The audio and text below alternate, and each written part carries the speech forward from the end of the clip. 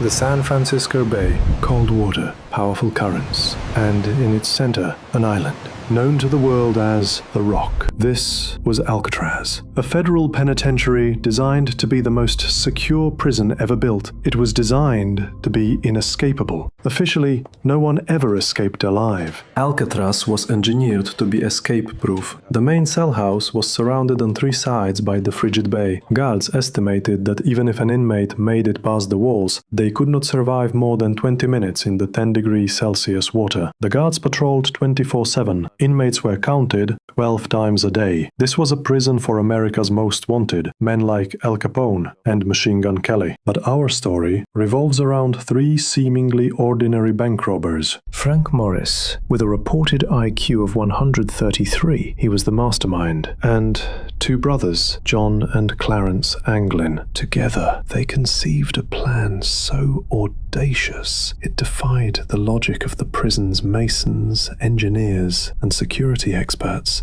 Their plan was simple in concept, yet impossibly complex in execution. Beneath their cells lay an old, unused utility corridor. The only way in was through an air vent under the sink in their cells. The problem? The vent was made of steel and set in a thick wall of reinforced concrete. They fashioned their tools from stolen items.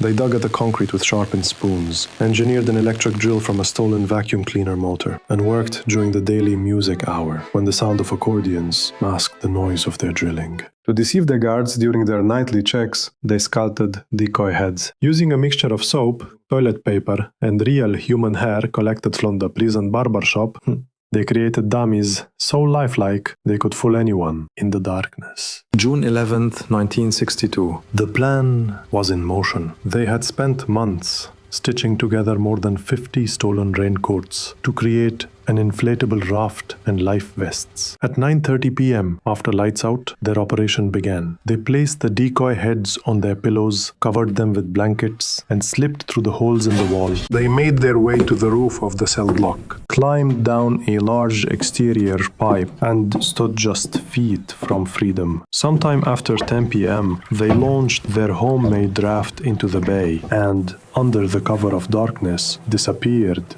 from Alcatraz forever. The next morning, when the routine head count came up short, the alarms bled across Alcatraz. One of the largest manhunts in American history was launched. Days later, pieces of their raft and a paddle were found near Angel Island. The FBI officially concluded that the men had drowned in the cold water. The case was closed. But one, that the truth, their bodies were never recovered. For years, the Anglin brothers' mother reportedly received flowers from an anonymous sender on her birthday. In 2013, the Anglin family presented a photograph allegedly taken in Brazil in the 1970s, which they claim shows John and Clarence alive and well. If they drowned, where are their bodies? And if they survived, how did they manage to elude one of the world's most formidable law enforcement agencies for over 60 years? Three bank robbers broke out of a prison designed to be unbreakable, but did they ever truly find freedom?